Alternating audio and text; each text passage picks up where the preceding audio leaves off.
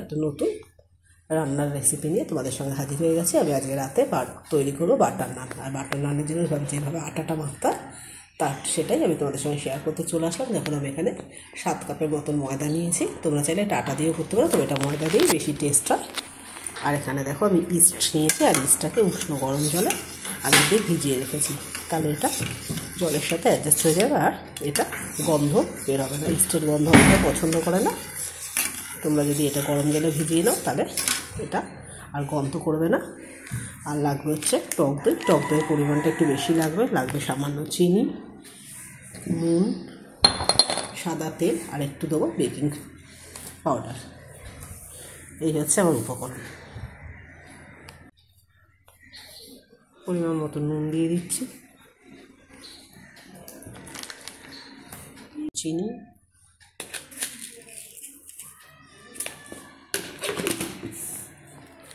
ওপর দিয়ে দিচ্ছি টক দই,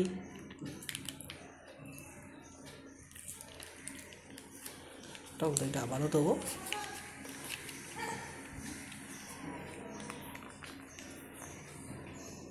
এবার দেবো একটুখানি বেকিং পাউডার, 1/2 চামচ বেকিং পাউডার দিচ্ছি। ভালো করে হাতের সাহায্যে মিশিয়ে নেব। তারপর যে ইস্টের জলটা তৈরি করেছি সেই জলটা দিয়ে অল্প অল্প করে মাখবো। আর এটা মেখে যত বেশিক্ষণ রেখে দেবে তত বেশি রুটিটা সফট হবে, আর এই আটাটা পুরো ডবল হয়ে যাবে ফুলে। আর যেটা যতটা বেশি টক দই দেবে তত বেশি সফট হবে জিনিসটা। আমি এর ভিতরে আরও একটু টক দই দিয়ে দেবো।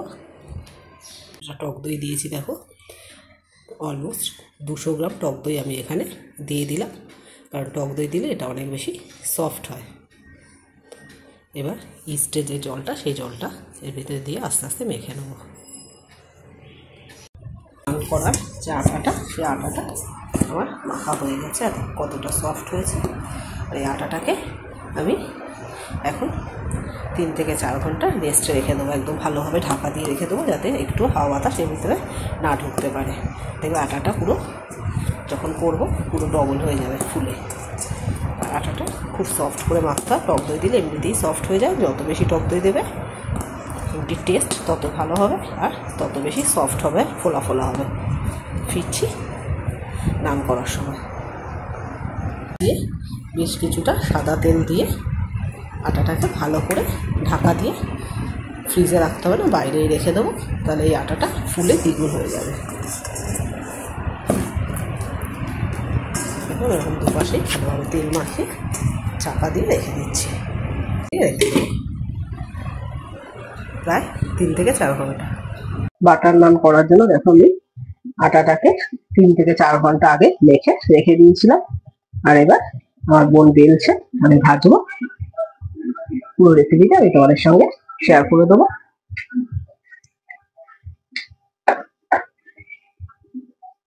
ওপর দিয়ে অল্প অল্প করে কালো জিরে দিয়ে এটাকে বেলতে হবে। দেখো নানটাকে এরকম কালো জিরে দিয়ে ওপর থেকে বেলতে লাগে। এতে ধনে পাতা দেওয়া হয়, কিন্তু আগে ধনে পাতা ফুরিয়ে গেছে, তার জন্য আর ধনে পাতা দিলাম না। তোমরা সাদা তিল দিয়ে এটাকে করতে পারো।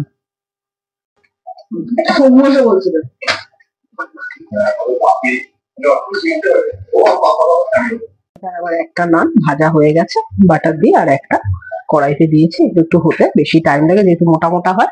আর এদিকে আমার বোন বেলছে।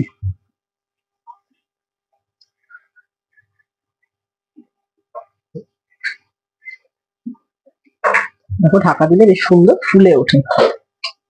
কত সুন্দর ফুলেছে দেখো।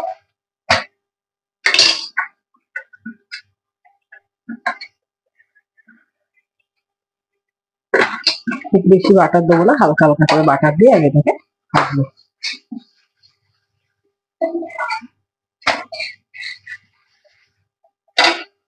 নমস্কার বন্ধুরা, দেখো আমার বাটার নান ভাজা কমপ্লিট হয়ে গেছে। আর আমার এই বাটার নানের রেসিপিটা তোমাদের কেমন লাগলো কমেন্ট করে জানিও।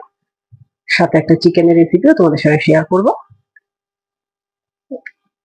আমি ঠিক যেভাবে বানালাম এইভাবে বানালে এটা অনেক বেশি সফট আর খেতে অনেক সুন্দর হয়। নান কমপ্লিট হয়ে গেছে, খেতে বসে গেছে। আমার এই রেসিপিটা যদি ভালো লাগে লাইক শেয়ার কমেন্টস করতে ভুলো না কিন্তু। ভিডিওটা এখানেই শেষ করছি। শুভরাত্রি, তোমরা সবাই খুব ভালো থেকো। কাল নতুন একটা রান্নার ভিডিও নিয়ে তোমাদের সঙ্গে আবার হাজির হবো। ততদিনে good bye, thank you everyone.